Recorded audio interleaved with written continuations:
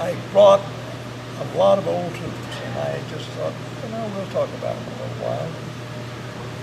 Got questions as we go along, we'll try and answer them for you. There was a time when there wasn't such thing as electric razors, and there wasn't many safety razors. And if you had a straight edge razor 150 years ago, they were very, very expensive because they had to be made in Germany, or they were made in Germany. They cost about $50, which was a tremendous amount of money. So all of the old pictures that you see of your great-great-grandparents that had long beards, the reason was they probably lived too far out to make it into town to the barber, and they couldn't afford a razor.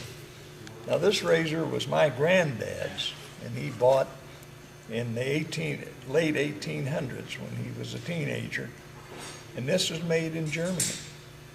And I feel very blessed to have this in my collection. And I think it was made by, I can't even pronounce the names, but it's got a German trade name on it. And in order to sharpen a tool like that, they had what they call a leather strop. And this is a strop. And they took the razor and they stropped it this way on it. And that's how they kept the edge on it. Well, how could leather do that? How could leather sharpen it? There is enough friction there that it pulls the particles on that blade to sharpen it. Now, there was two types of strops. This is a handheld strop. The other strop was about a 24-inch leather strap. And of course, that was also used as a discipline tool in the household at times. But isn't that interesting to see something like that? Now, there was a guy come along by the name of Gillette. Have you heard about Gillette? Gillette razors? Gillette razor blades?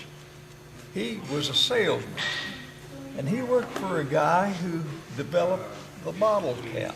Of course, we don't use bottle caps much anymore. They're all screw-on plastics. But in the old days, 100 years ago, why, they were made out of metal, and they had a cork lining, and they squeezed on top of the bottle. Well, you used it once, and then it was junk.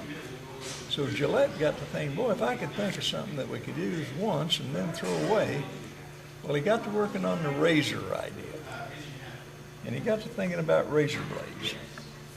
So what he done is that he developed a blade that was on a coil of steel,